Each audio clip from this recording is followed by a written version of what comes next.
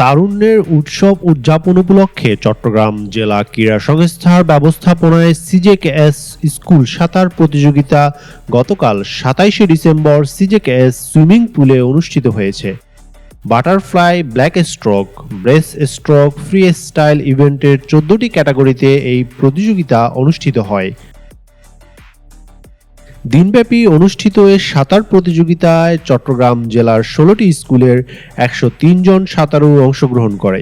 CJKS school সাঁতার প্রতিযোগিতা পৃথক পৃথক ৩টি বিভাগে অনুষ্ঠিত হয়।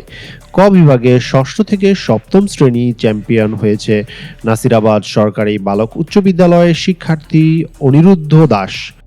খ বিভাগে অষ্টম থেকে নবম শ্রেণী চ্যাম্পিয়ন হয়েছে কলাকাকলী উচ্চ বিদ্যালয়ের শিক্ষার্থী আজমাইন ফারহান। গ বিভাগে দশম শ্রেণী চ্যাম্পিয়ন হয় এএমএস অনলাইন স্কুলের শিক্ষার্থী জামিউল হাসান ফারহান।